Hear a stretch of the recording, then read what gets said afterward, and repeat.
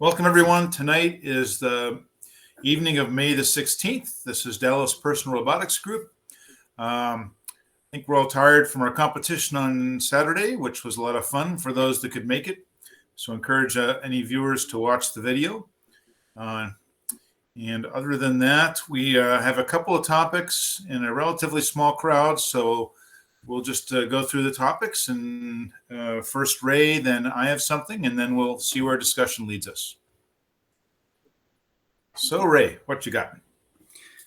Anyway, these were they were solar cell panels. Some guy came in to the makerspace and dropped them off, probably, I don't know, 3 years ago now. And they were meant to be like stuck on the inside of a window, and it recharged batteries that operated motorized. I'm not certain if they were Venetian blinds or the accordion type blinds that, to control, lighting in a room and how much heating you got from the sun in a room and all that kind of stuff. Anyway, they're probably only about 1.5 inches or so wide, but over 1 foot long. And you got them too, huh? Yeah. Yeah. I was going to take them to the free shelf, so they're yours if you want them. Oh, what do you got?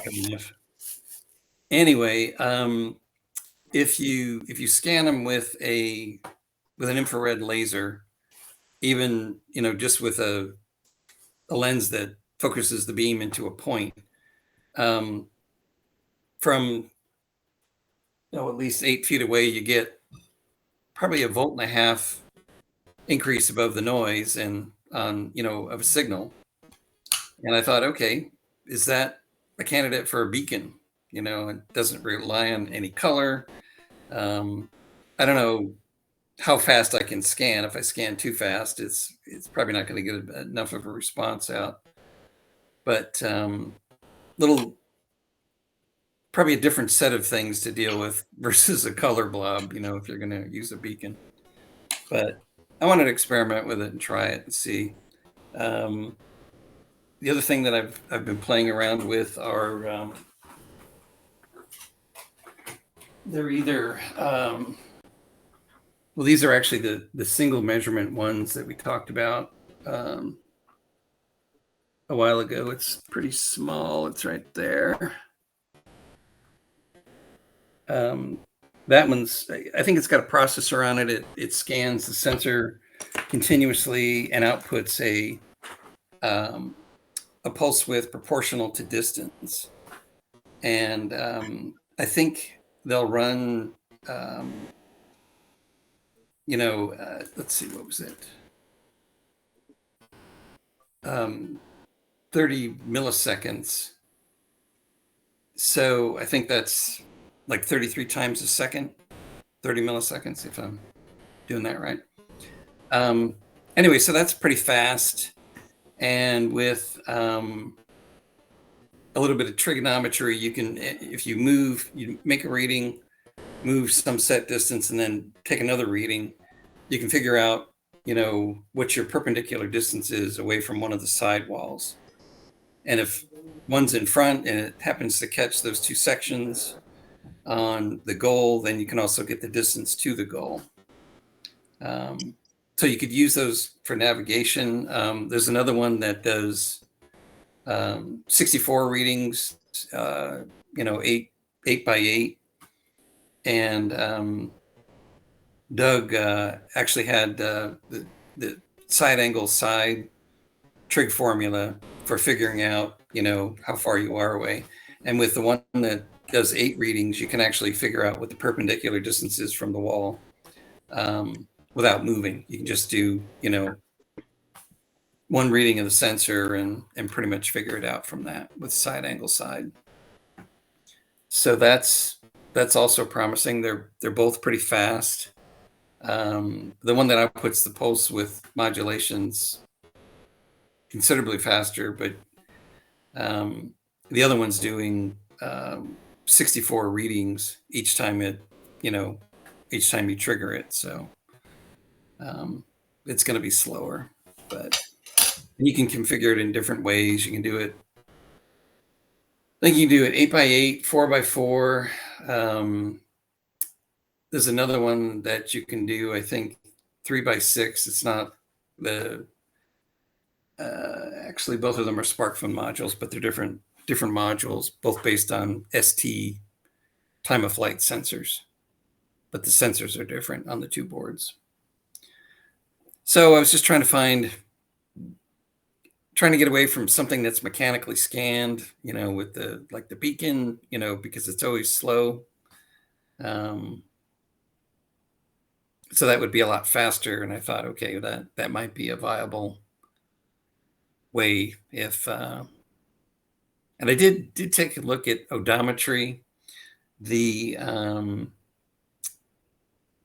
Basically I did a little test, put like 3 or 4 waypoints and let the robot run and calculated what the theta should be, and what the actual X and Y, like Cartesian distance, should have been.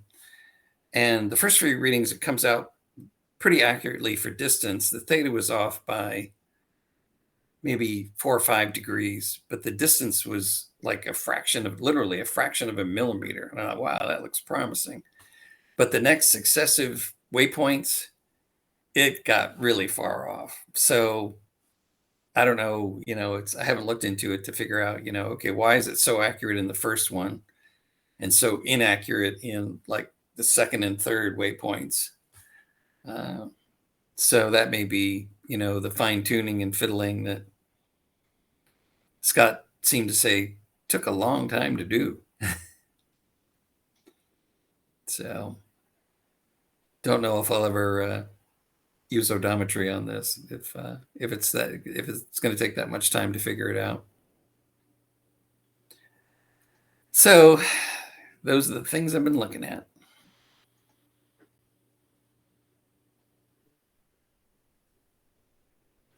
So when's the next physical experiment? I think I'm going to try the beacon thing first. Right. I don't know. I've got a long list of things to do. I've got today I had to get the old 65 out and make sure it didn't have a gas leak, make sure it didn't catch on fire when I started it up, and Aha! Wow. Anyway, so just busy with a lot of different things. So, but I had to get it inspected today. So It's always something. after not running it for a year. Actually, the last time I ran it was when I got it inspected. So it tells you how often I use that truck. That's funny. Well, at least you fire it up now and then, huh? Yeah. I probably should fire it up a lot more, but just too much stuff to do. There's too much, not enough time. Mm. Even retired, I guess. Yep. There's all these, to not have to pay exorbitant taxes on our land. We have to put cattle on it. And that way we can claim an ag deduction. Literally saves us about over $5,000 in taxes just for having cattle on our land. Anyway, my next door neighbor, he's got longhorns and they've torn up our joint fence. And he does little to no work on the fence. He doesn't maintain it. And one of his cows got over on my land. And it's very expensive to have cattle on somebody else's land, because you can call the sheriff, and the sheriff comes out and removes the cattle because his bull, the longhorn, it's got like 6-foot horns on the thing, and he won't even go out there in his pasture with the bull by himself. He'll go out there on a tractor, but so we finally got the fence fixed and got the cattle out, and there's just all these things, the spigot for the water trough, the handle basically corroded off, so I had to find another handle, dig it out of the mud, replace the handle, the this bucket that, you know, it's the trough basically. We didn't realize it had to be very close to level, otherwise the water doesn't shut off and it runs off the end of the trough. So we had a couple iterations with that. So there's just a lot of stuff to do. So Always something. yep. Okay, cool. Anyway, All right. Well, I'm going to show Kareem what your inspiration has led me to in the last few days. Sounds great. You know, it's fantastic. And I haven't pulled the trigger yet on the subscription. I'm still on the free 3.5 level, but I've thrown a handful of different questions at it. The first one that's close to robots is I decided to ask ChatGPT the same question I posted here last week, which is how can I add Arduino? Well, it's all around using the Arduino CLI with the Arduino plugin from Microsoft and VS Code. So I said, how do I add Arduino code libraries to a project while using VS Code with the Microsoft Arduino extension and with the Arduino CLI selected? So it came through with a pretty nice little multi-step approach here. Yeah, so it went through. You can follow these steps, and I read through these, and I saw it get. I haven't tried these or read them in super detail, but I saw it said, "Oh, it wants you to create a lib project, and that's where you can place your libraries. So download the one you want to add from GitHub or wherever, blah blah blah. Then, so I bet these will work. I haven't gotten there yet, but I will. So I said, okay, thanks, but at step 6, can I access the Arduino Library Manager using the CLI, or can I only find the libraries through the IDE or GitHub? And it said, yes, you can access the library using the CLI. Here's the steps. So open a command prompt, try and log in, use this command for the libraries to search for a specific one. Of course, replace library name with the one you want to search for, and then type the following. After the library is installed, it said, then you can follow steps 7 to 13 in my previous answer to add the library to your VS Code. So I went back here and this is, it's using this lib folder. Well, if you think about what I'm trying to do, I want to install it to the, maybe I started off bad by prompting it to my project, when what I really meant was to add it to the environment, right? Because I want to do the equivalent of the Arduino IDE when you install a library and it's just there. You don't have to copy it to your lib folder. So I said, could you explain why it's needed to follow step 713 in your previous answer? If I install the library using the command line code from step 5, why do I also have to copy the library to my project lib folder? It said, oh, sorry for the confusion. If you are correct, if you install the library using this command, there's no need to manually copy it to your libs folder. Then it says, oh, the purpose of listing steps 7 to 13 was to guide you through when you manually download from sources like that. So pretty scary. I thought that was pretty cool, right? Yeah. So I haven't had a chance yet, but my goal for the next week is to get one of my old projects running in this new environment, following these instructions. So we'll see. And then for whatever it's worth, I have these other chats. They may or may not be interested, but they're not so they're not so Arduino or robot related. Yes, something about auto jacks in there. What's that? Yeah. So I'll just do a quick scan of these. So I tried this one. It didn't do so well. I asked, are there any automotive floor jacks that can lift at least 2 tons from as little as 5 inches to at least 24 inches of lift height? So it came back with one that was in that range, but these others that didn't get the question, right? They fell short of the requirements. because they wouldn't go high enough. And I said, only one of those meet the maximum lift height. Can you find more like this one up here, whatever one it was? And they said, apologize. Here are some additional ones that have a lift of at least 24. So it came back, and again, the first one fails, the second one fails, the third one fails, the fourth one works, and the fifth one fails. And I said, out of those, only this has a maximum height. Can you find more? Apologies. Here's a few more with a maximum. So it came back, and this one works, this one works, this one works, this one fails. Oh, no, it works actually, because you combine the two together and it says when used together, they can reach it. So that one works. So it came back with 5 working options there. Eventually, huh? Wow. And it said, remember to be careful. Yeah. Don't crush yourself with your jacks. And so I said, okay, that list looks better. And then for those with the maximum height of that, can you list them by weight with the lightest jacks on top? Certainly. And here they go. Yeah. Aluminum, probably. Yep. And of course, the priciest ones are on top. Yeah. I said, okay, but can you sort the list and include the list how much each jack weighs? So it did that as well. Because I'm looking for a lightweight one that can lift really tall. And then, can you tell me how to save the transcript? And it said, certainly, blah, blah, blah, blah, blah. I said, well, I'm using a Chrome on an iPhone. How can I do it? Well, on Chrome, you can do it this way. So that was pretty cool. Okay, so now we've got Arduino. We've got floor jacks for a car. So check out this one.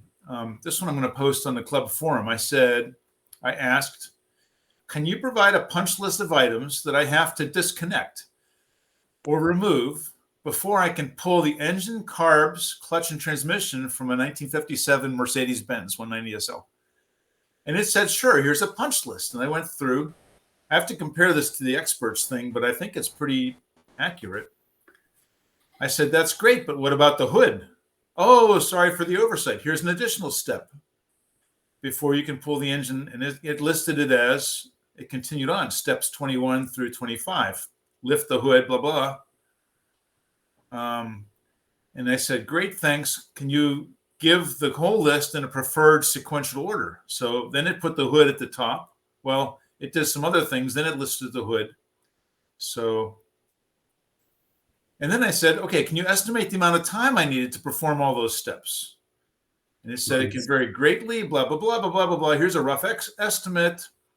Expect about 10 to 20 hours, including the time to prepare, disassemble, disconnect. And then I said, for step 22, carefully lift the engine clutch out of the vehicle. I said, okay, can you recommend the equipment that it would take to make step 22 as easy as possible? Certainly. An engine hoist. An engine hoist, an engine leveler, an engine stand, straps and chains, safety equipment. Yeah. Yep. So that was pretty neat. Mm-hmm. Pretty awesome. And then I did another one. I'm setting up Google Analytics for my company. I'm updating it. So I gave it this really long-winded thing, which I won't go through, but it's pretty detailed. And it came back with a decent answer. And, but what does this mean? And more decent answer. I said, I'm confused. I have blah, blah, blah, blah, blah, blah. What's the difference? Oh, let me explain. And then can you just summarize? Can you recap by explaining the difference? So it did. And it gave slightly different answers from what it had before, but all put together, it really, really helped a lot. So Google better watch out, I'm telling you. Well, I figure that what this means is that, so I've been reading a little bit, not too much, but Sam Altman, the guy who ran Y Combinator, this big startup accelerator, and then this is, one of his latest endeavors. He talked about consciously making this like super wide and generic. What I think that means is that there's going to be a lot of companies that build like domain-specific applications on top of this functionality.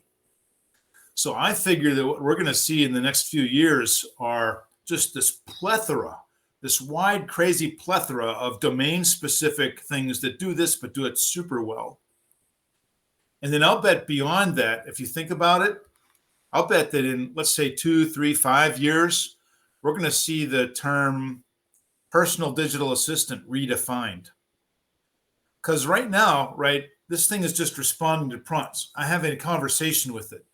But imagine if I gave it access to my calendar, my email, phone calls, video, television watching preference, Facebook, social media account, all that kind of stuff. Suppose I'm wearing a camera, right? Because now there's some guy who's wired up his iPhone to some image recognition tools to Chat GPT. So he just like points his camera at the fridge, and this combination of tools that he hacked together in a day looks at the contents of his fridge and suggests some recipes that he can make with the ingredients in his fridge.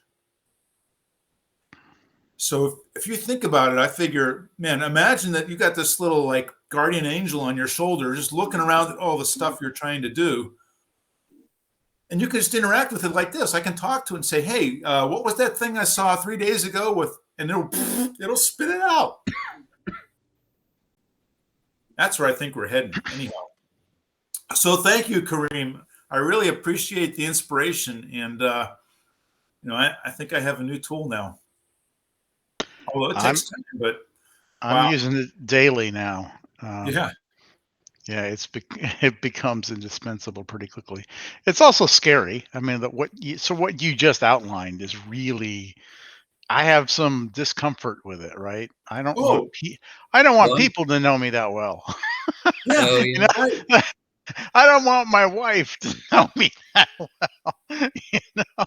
Yeah. It takes privacy to a whole new level, doesn't it? Yeah, there's boundary issues and things like that, but it is moving incredibly fast. So on the paid tier this week, they opened up web browsing. I just got that today. Oh my! So in the basically you get preferred access. If you're paying for it, you get preferred access to the beta features. And the features that they announced this week were turning on plugins. So this is, part of the stuff like Open Table is one of the plugins. So it'll suggest a restaurant for you to go to based on whatever, that kind of stuff. Actually, I'm not sure if that was it, but there's a whole bunch of different plugins, and they're just like, there's already like 70 something plugins. 70 plugins, connectors to existing stuff. Connectors to existing stuff it seems to be mostly commercial companies that are deciding to sort of try to get their foot in the door. And so giving access through the APIs, right? And I've signed up for the API, but you got to be in a queue for that.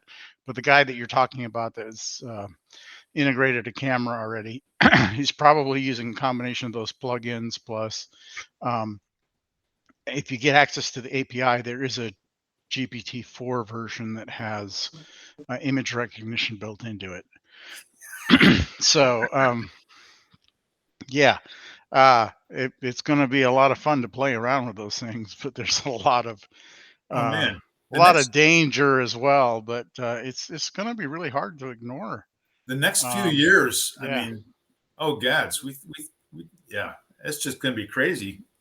But I mean, for any software developer, I think it's already like you try to get a job in 6 months, and if you don't have this under your wing, it'll be useless, right?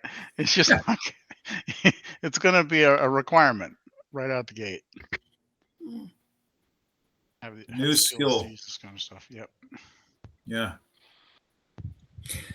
Do you think it could be limiting? Like, it's kind of like, the web now, it's like you purchase something and then, it's, you see ads of what you purchased and, it's okay, well, we know you are interested in this because you bought one, but is that going to limit your experience or your exposure to things that might have interested you randomly, just by seeing them? versus being, presented them. Yeah, you get pigeonholed into Yeah. certain Echo, preferences. echo Mhm. chamber, right? Exactly. That's certainly true in the Google and YouTube and stuff like that. Mhm. Um, uh, and it'll probably, especially if Carl's vision of personal assistant comes true, then You like that one? yeah, that'll happen there too. Right now, Yeah. ChatGPT has a very short memory, right? Hmm. So it's only within the scope of that particular session. That chat. And so the things that he described about sort of remembering your ongoing preferences and things like that, I'm sure there's going to be a market for that. But Mhm. right now, it doesn't operate that way. But you're right. There's no doubt that this is one of the ways that people monetize things is to figure out what your preferences are and sell that information to advertisers. And in a way, I mean, there's no doubt that conversation like this with an AI will reveal your deepest desires, right? It'll pigeonhole you faster than anything. It'll have a better, Probably. and it'll have the algorithms to do it. Right now, it isn't built that way, right? It's got this again, this intentionally short-term memory kind of thing. So, but that's something to watch out for. That's for sure. I mean, why not, right? Because it's only time and money and processing. I mean, how many how many forests do you have to burn to power this thing? But because it's training on the whole internet, but there's nothing to stop it from training on you, right? There's nothing to stop Yep. that.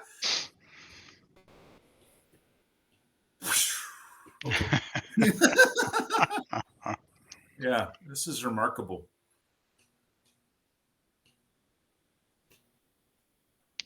It's going to be. Oh, by the way, as far as the specializations go, I've heard the OpenAI folks talk about the beginnings of that. So yeah, this one was a really wide search, but it's already developed a lot of expertise around legal systems and around medicine.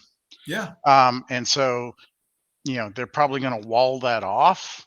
In other words, within Chat GPT, they've already sort of put a lot of safeguards around that to make sure that it'll at least fill it with tons of disclaimers. Any response that you ask, right, and it'll try to steer away from providing actionable opinions, right? But it's clear that they're going to end up, selling this expertise to those markets directly absolutely. to support the workflows of the people in there, and it makes perfect sense. I was actually asking my wife; she's in medicine, if she wanted to try exploring, some of that expertise already. She's not quite ready to, but I'm sure she won't be able to avoid it either. So I you're was going to talking ask you about like, about a problem with my foot and compare it to the answers I got from the PT people in the Hmm. past. I mean, why not? Yeah, right.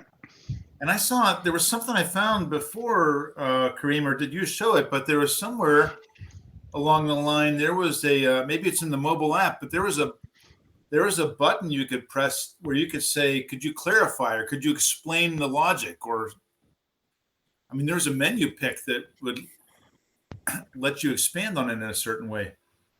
I haven't seen that. I just ask it to clarify there's still that bit about being skeptical of its answers, like, Oh yeah, and the whole the so I think I mentioned that, when I was asking it specifically about some of these robotics questions I had, I already knew the answers for the most yeah, part, right? Or I had strong good idea. a good idea or a background in it, right? So I was able to judge and I was able to see where it went wrong pretty readily. If I were doing something like what you were doing just now, and I don't have a strong background in cars, I've never, I've, yeah, I've reconditioned an old Mercedes myself. I had one and I rebuilt the interior of it, but I didn't get into all of the engine stuff. And so I don't have experience along those lines, and I wouldn't be able to validate whether or not that was a reasonable set of steps that they gave me, or and that's again an area where I found there's this huge discrepancy between the quality of the actual content itself. Yeah. Not so much the interaction, but just the content itself between 3.5 and 4.0. So I'm not going back. I'm definitely continuing to pay for this for the near term. Um, uh, but yeah, there's I think that's going to bite a lot of people who are getting into it, and they won't realize that they might sort of it sort of touches on Ray's point, but you might start if you follow its guidance blindly, you will start rabbit holing down into a place where it's possible you won't know how to get out very well, and you won't realize that you've hit a wall, or it might take you a while to figure that out. Whereas if you've done more due diligence and done more just background research on the internet, maybe you wouldn't have fallen into that trap. Mm.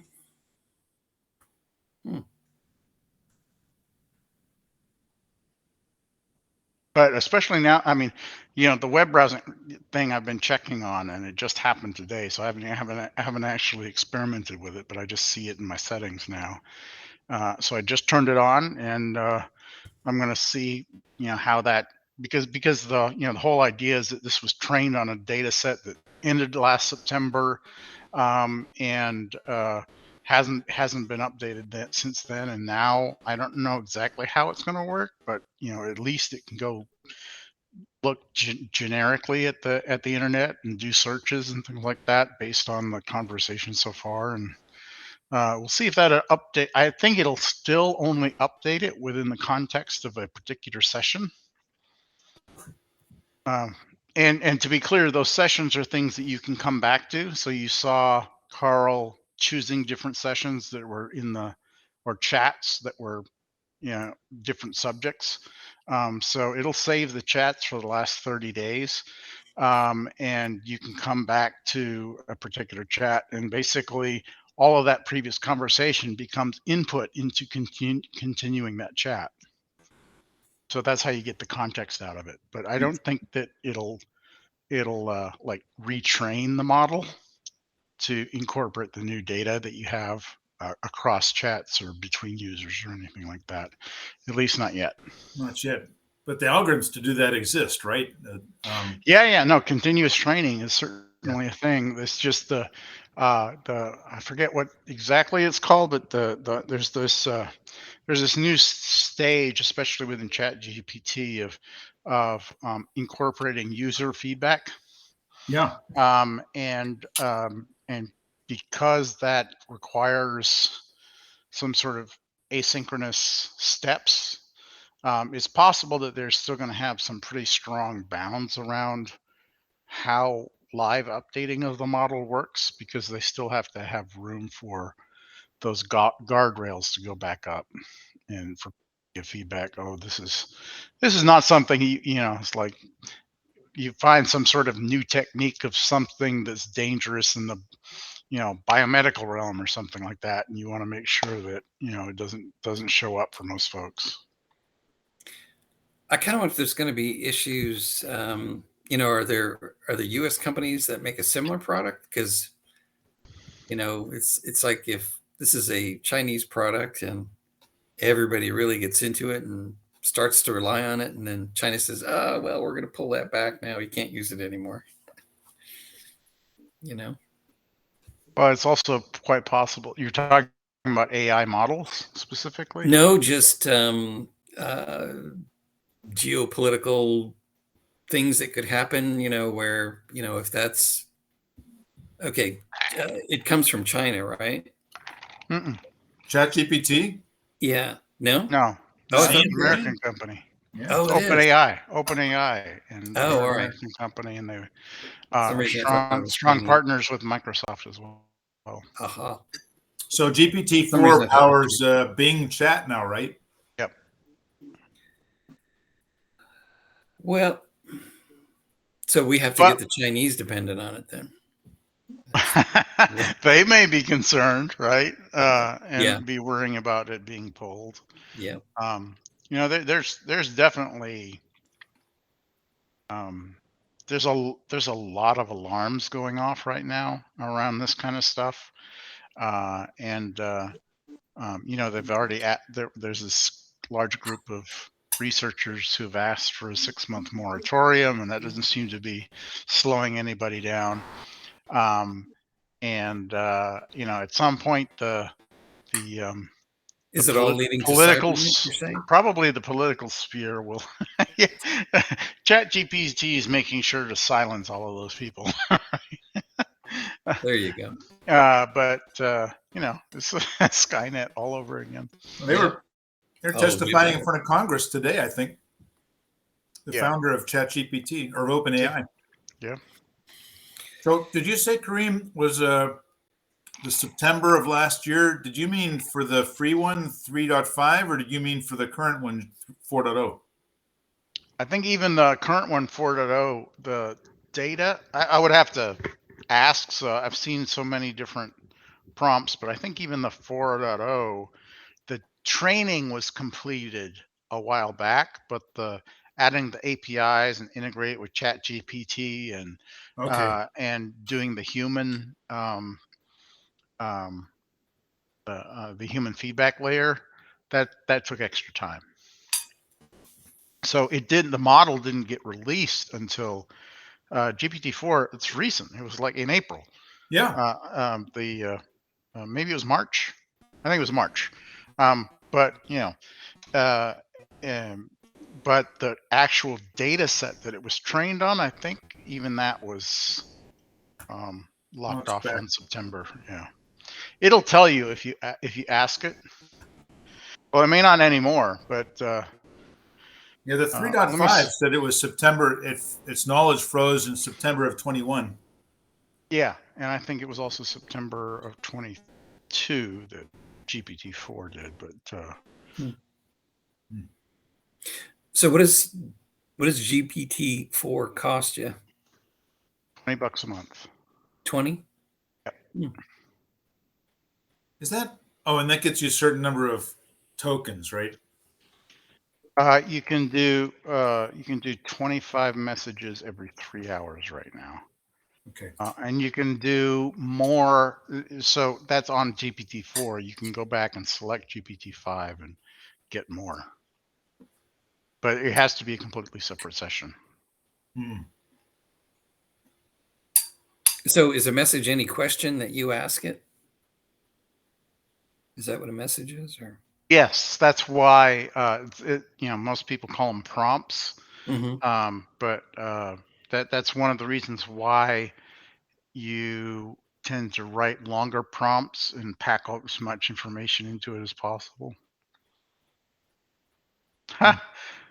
I just asked GPT-4 how recent was your training completed, and I got an error getting. I've never seen this before. It's an error getting system message, internal server error.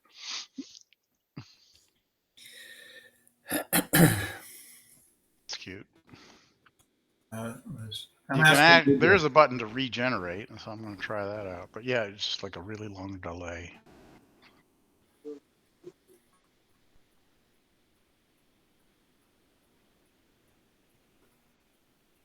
Yeah, I got it again. It's timing out. Good job, Kareem. You broke the internet. asked it the unanswerable question. Matt, to bring you up to date, Carl ran continued with Chat GTP, sort of like what Kareem had done last week. He asked a few questions and got some really good answers. So make sure you look at the video when it gets out. Okay. Yeah. Sorry I'm late, guys. I'm in Southern Ontario on a job site, and supper ran late tonight. Yeah. Oh, good. Heading back home later too, if you want. I was really waiting to show this till Harold came out, but I've got something I would like to show the group. Okay. Oh. This is one of those things that I just thought was really cool to see. Okay. So I'm going to turn the lights out over here.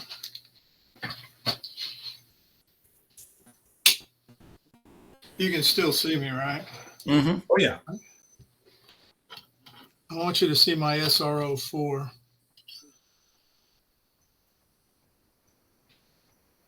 Mm.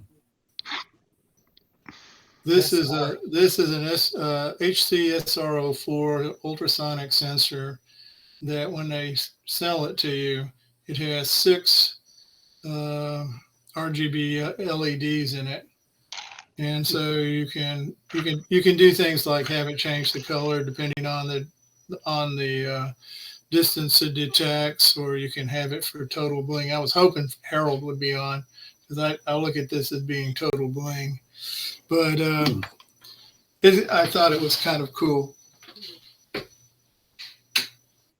I thought maybe I was starting to see in the ultrasonic range. Yeah, I was gonna say, yeah. Like, Yeah, you the can, sound, you what's can, right, going you on there? can, yeah, but here's what it looks like in the light. And I don't know if you can, it's kind of You hard mean to, neopixels or do you mean yeah, IRL? I think they're neopixels. That's very cool. And they're Yeah. built in. They're built in. I mean, the sensor itself, you can buy these things for a couple bucks. And this one, I think, is somewhere between $7 and $8. So it is a little more expensive, okay? But Does it work any better because it's got lights? I don't on it? know. I haven't really tested it out right. That's Probably the next stop. But I just thought, I mean, if you've got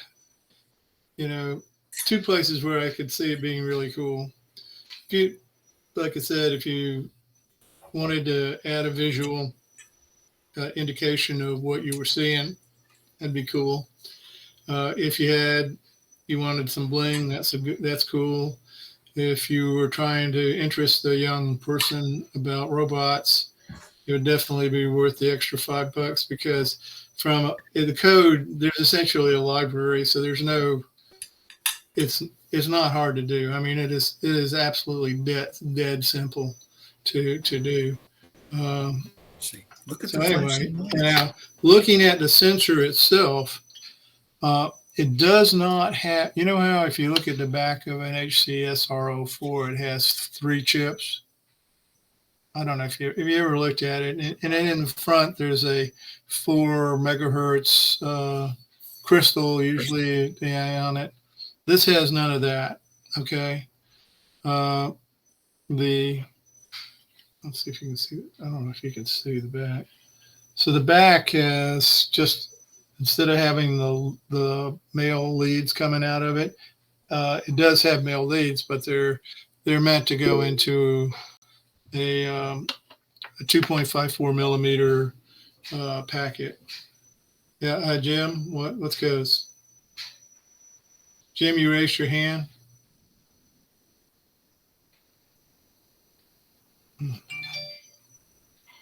Okay. Anyway, so I thought I'd do that. I'm going to include the link in case anybody's interested. I really thought Harold would love it because that would be just right up his alleyway. All right. So the LEDs are addressable like a regular NeoPixel, or? Yes, they're addressable. So that would be cool because then you can give a visual feedback of where you're seeing what distance or. Yeah, exactly. Yeah. So anyway, it's kind of, like I say, it really refreshes a simple ultrasonic sensor. Really, it makes it look a little cool. So thought I'd show that. And I'll get a link here. Very nice. Yeah, Jim says Jim agrees. Thumbs up. Yeah. See if I can find it. Blinky lights. So are you going to use it, Doug? Have you decided how you use it for bling or sensor readout or? Like I said, I'll probably have to see how if it's a really good example of an SRO 4, then I may probably do it like Pat was discussing, have it to talk about, have it for not just bling, but also for providing some sort of feedback. Yeah. Indicating distance with color or something. Right? Yeah. Yeah. Yeah. Another thing too is, with ultrasonic sensors, you often get a lack of feedback of how frequently the sensor is actually going. You know what I'm saying? Yeah. And this might be, oh man, that's a big. Give you a time sensitive real time blink to give you the Right, exactly. currency. Yeah. Yeah. And you could do it with color. So, if it's blinking really fast, you probably wouldn't, you yourself aren't going to be able to tell it's blinking fast, but you can tell if it's red or green or blue. So there's probably a couple of interesting ways it could be used. And You could mix them together. You could do like hot and cold. Like hot means warm means a warmer is closer and colder means further away. yeah, And or then by left. how often it blinks is how often it's sensing. Yeah. Yeah. Neat. What do they call them? Neopixels. Neopixels. Sorry about this link. I don't know why I guess it takes your search info and puts it in there. But anyway, God, dang, that's a link. Whew. That probably has my whole life history in that link somewhere. Oh, you just got to get the bit. Amazon. You just got to get the bit up to the parameters. I'll put a shortened version in a minute. Okay. I think. I'm showing it as currently unavailable. Oh, well, let's see. Well, it did. Doug bought the last two. No, I did not. I didn't buy them. Oh, you didn't? Bought the last one. Well, I got the last one. Probably. I don't know. It wasn't. That's amazing. It might. I don't know. Okay, it was $7.49. I don't know why. It says it's in stock. Oh, that's funny. I'm showing currently unavailable. I could get it tomorrow if I order within 2 hours and 9 minutes. Yeah, it did come fast. I can tell you that. It came very fast. I didn't expect to have it for this. It says it's in stock. It's probably stocked in one of the local distribution centers, Doug. I mean, I know we're about 30 minutes from one, and it's just remarkable. I'll order something at 11. It'll be at my door by 2. Yeah. Wow. We have a way different definition of overnight delivery. Well, aren't the nights 6 months long up there? Makes it real easy to do overnight delivery, I guess. Sun sets in November, rise in March. I don't know. Yeah. I know. I'll never forget. I took a trip to Iceland, and we went there during a period of time where it just never got dark. It got dim. It got dim a little bit every once in a while, but kind of goes down a little bit. Yeah, Right back up. Yeah. So. Yeah, we did that in Finland, in northern Finland. We're in the Arctic Circle. Yeah, we got up like at 2:00 in the morning on a campsite and walking around, and it's just like daylight. It's like, God, this is weird. Yeah. Okay, that's the only thing I wanted to show but it looks like I say, they actually look pretty cool when you're looking at it. So. Great. It's cool. Yep. Now, guys, I posted the Roborama results, so they should be up, and I think I got them right. Okay, there may be, so if anybody feels slighted or something, let me know, and I'll see if I was basing it off of the tally sheet we had, and I don't know. So Okay. Well, I Yeah. noticed in the email you sent that it said, here are the results, and I saw a blank email. I don't know if my browser was bad or not, but I see them up here on the, not well. I don't know. I didn't know I sent you a message. I only put it on the website. oh, okay. What you probably saw, Carl, is if you're subscribed to DPRG website, when a new post goes up, you get some like an abbreviated. Oh, okay. So there's probably a more button, and if you clicked on that, you'd probably have seen the rest of the post. That's probably what it was. Would you have any objection to, I mean, I see them in the news, but the news just kind of builds and builds. Would you have any objection to posting them also on the competition page? The results will Yeah. go. They will go into the Hall of Fame. I haven't put them in there yet, I see. but Okay. if you go into the Hall of Fame on the competition tab, you'll see that we have all of the information going back to as much information as I got. Some of it's pretty old. Okay. So the Hall of Fame is where it's the permanent record of all of the results. Okay. So when you said that was under competitions? Yeah, it's under the competition tab. Oh, there it is, DPRG. Never mind. Can I share my screen? I'll show you what I got in the email for your Go for it. for the email you sent out. There we go. I don't know if I'm presenting. No, not yet. Share. In there. Pick a screen. Share. Okay, I should be sharing.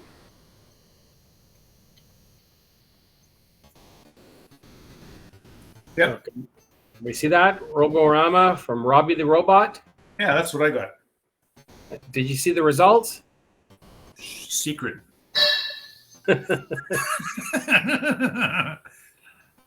Okay. Just wanted to share. That's okay. There's probably some code somewhere. If we could ask Chat GPT to fix it, we'd be in good shape. I'll go check it out on the website, and I'll watch the video probably on Saturday or something when I'm home. Can jump around, I'm sure. I'll be home tomorrow anyway, so it was I hope just it's been a good trip. Not yeah, much quick time turnaround. left. Where I was estimating a job, and there was way too many questions that were unanswered. And so I talked to my boss and said, "Oh, let's drive 5.5 hours and go take a look on the site." And it wasn't bad. It was worth the trip. Sorry, I missed the beginning of the meeting. We all went for supper and had a really nice steak supper. Sounds good. So just got back to the room and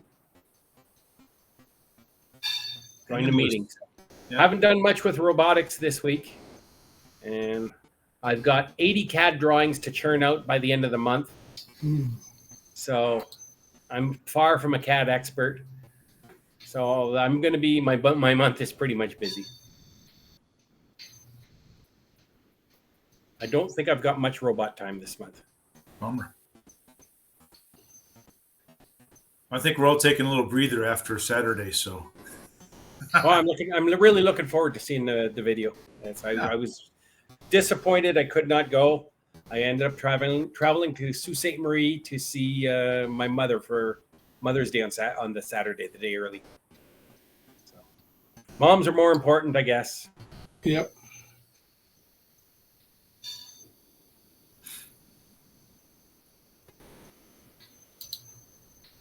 Cool. Well, let's see. I don't have anything else. Do you guys? Is there anything else we want to talk about tonight, or do we want to just kick back and put the feet up and lounge somewhere? Sounds like an idea. All right. Hey Ray, Works what do for you me. call your robot? I'm not big into naming robots, but Yeah, but you've given him a name in the past. What We is it? asked him on Saturday, and he said, "Bleh." I think I called it Tin Man at one point, or Okay. POS. You know, No. Well, I'll put in 10 man. Okay, I got them all updated now. Awesome. call it a robot that shall remain nameless. You know? Yeah. It's the fiducial chaser. Yeah. Okay. I thought that was really strange that we made you switch the sides, and then the camera picked up your fiducial and put it into the video monitor, and your robot saw that and got confused. That was and Mike with his green big shirt. bright green shirt, sitting right there Yeah. in front of the goal, the wrong goal. Yep. Yeah. Before you signed on, I kind of wondered if color codes, at least two colors side by side, would be a little more distinguishable. Well, the Pixie One does that really well. Yep. Yeah. Yep. And I think isn't that used in some of the first competitions? The 2-color fiducials? Yeah. I don't know. Is it Kareem? I think they've gotten more. Not real. I mean, sometimes they have No? multiple colors as part of some of the challenges. That seems to happen more in FRC than in FTC. Mm-hmm. We actually have recently been doing in FTC some more complicated things, like the April tags and stuff like that, and custom training of object recognition. Mm-hmm. But there's nothing that specifies that you have to use a particular method or a particular kind of. You're not allowed to put your own beacons on the field unless there's like specific allowance for it in that year's game rules. Hmm.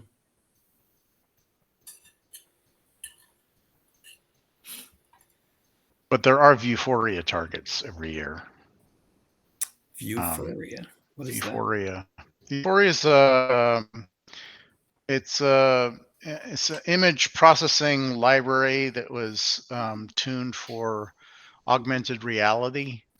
And so it would have things like recognizing fiducials, and then you could map, you could get back the 3D orientation and the location of those things from an AR standpoint, so that you could, put 3D graphics in the real world, sort of make it look like they're at that location. But from a robot navigation point of view, you can get pretty decent data about where that thing is on the field and figure out your own robot's location relative to it.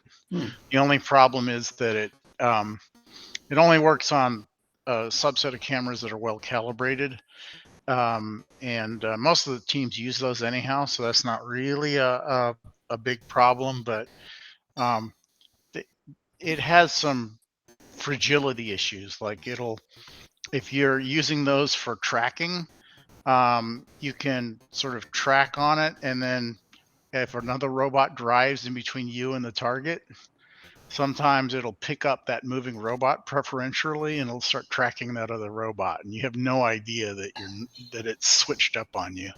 You also have to be pretty close to the target, and it takes a while for it to really pick up solidly. So since especially in autonomous, you've only got 30 seconds. That's a big penalty to a lot of teams. So even though there's a lot of capability in Vuforia, and it's free for us to use, it seems to be dwindling in popularity over the last few seasons. But the April tags are as an example of a fiducial that works way faster and more reliably. Yeah, the issue I had is that I couldn't. I wanted to use a wide-angle lens, and I blew the April tag up as like on an 11 by 17 sheet of paper. Maybe I could have gone bigger. But with wide angle lens, everything gets that much smaller. So I couldn't see it Yeah. nearly as far as I could see a color blob, which, I could see that like 13 or 14 feet away versus the other one. I had to be like 5 feet away to actually recognize it. Yeah.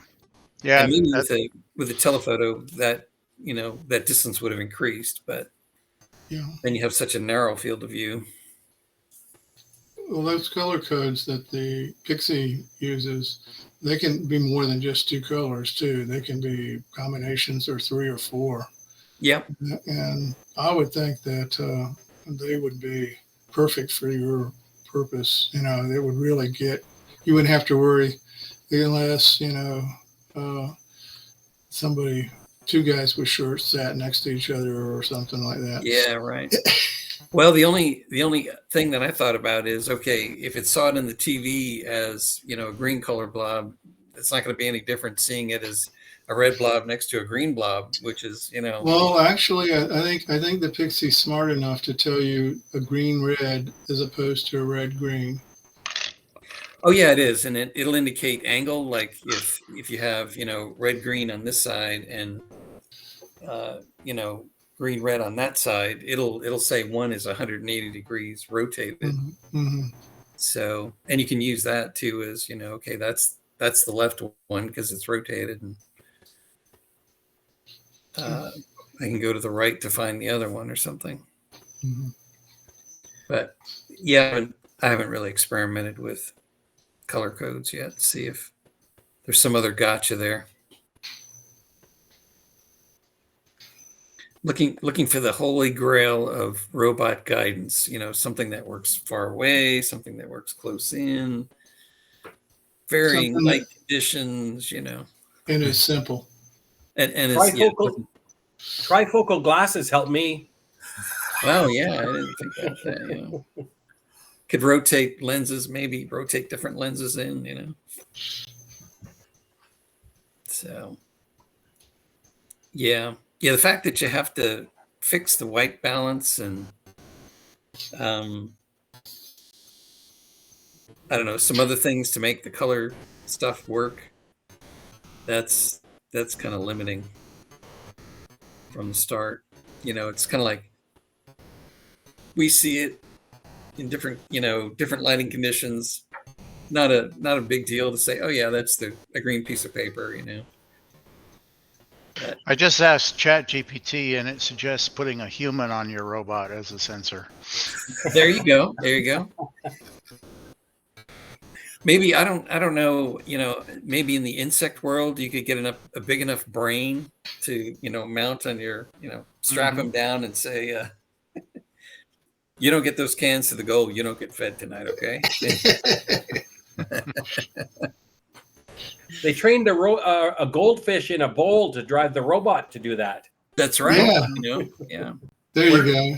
Now, Ray, that's a good out of the box way to do it.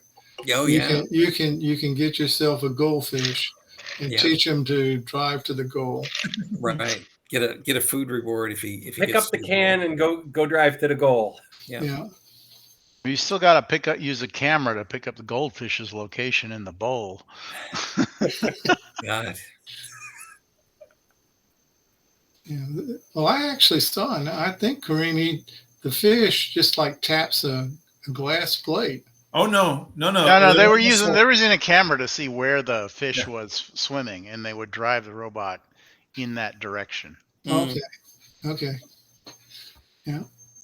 So did the fish actually go anywhere, or were they just going in a random pattern? Yeah, it wandered around. I don't know if it was looking at doing something a in the maze room. stalling or anything like that, but it was going to prevent. It was preferentially heading towards some sort of reward stimulus. It was heading away from the cat. Yeah, right. It was trying to live. There's a video I remember seeing from Carnegie Mellon. I think. Yeah, something like that. it's amusing. Well, I thought, fish in a fishbowl, it's like each time around the bowl was a new experience. It's like Finding Nemo. Dory wasn't too bright, Yeah. Yeah. So.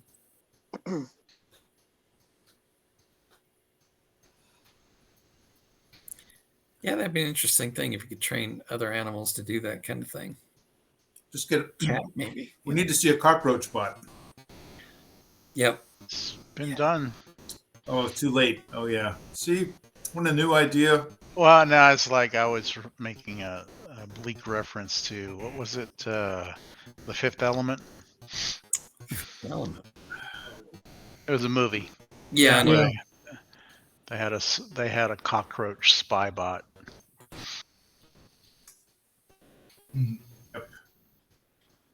It was a scarab, wasn't it? Yeah, I want to say it was. No, it was a cockroach. It was Oh, a it cock- was? Scarab would have been like one of the mummy movies, probably, or something like that. But Oh, and here's make a GIF, so you can get your own remote-controlled cockroach scene. All right. Oh, gads. All right, we are way on the deep end now. That's great. I'll have to take a look at that. I remember the Fifth Element, but don't remember any cockroaches. Yeah, I don't either.